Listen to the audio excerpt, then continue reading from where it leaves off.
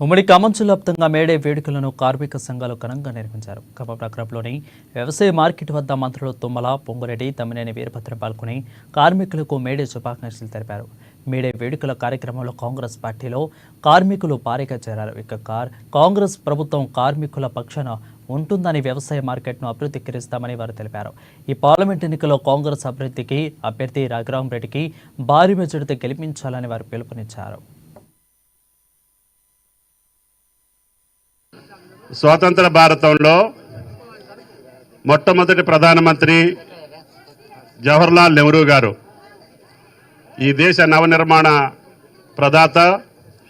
అనేక ప్రభుత్వ రంగ సంస్థలను స్థాపించి భారతదేశాన్ని ఒక అభివృద్ధి చెందిన దేశంగా తీసుకెళ్లడం కోసం ఆయన చేసినటువంటి ఈ నవభారత నిర్మాణంలో లక్షలాది మంది, కోట్లాది మంది కార్మికులు పనిచేసుకునేటటువంటి అవకాశం వచ్చింది.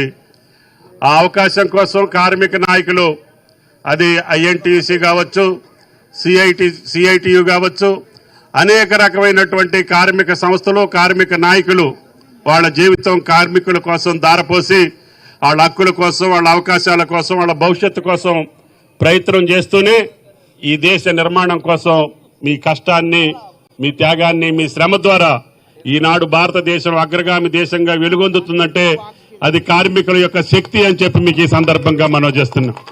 భవిష్యత్తులో కూడా మన ఖమ్మం పట్టణ ఉత్సవాలు పెద్ద ఎత్తుగా ప్రపంచవ్యాప్తంగా జరుపుకుంటున్న సంగతి మనకు తెలిసింది. ఇందాక శ్రీకాంత్ అన్న చెప్పినట్లు భారతదేశంలో ఎన్నికలు జరుగుతున్న ఈ తరుణంలో జరుగుతున్న ఈ మేడేలో ఏదైతే ఇండియా కూటమిలో భాగంగా సుమారు 23-24 పార్టీలు ఈనాడు కాంగ్రెస్ పార్టీతో కలిసి పనిచేస్తున్న సంగతి కూడా మీకు తెలిసిందే.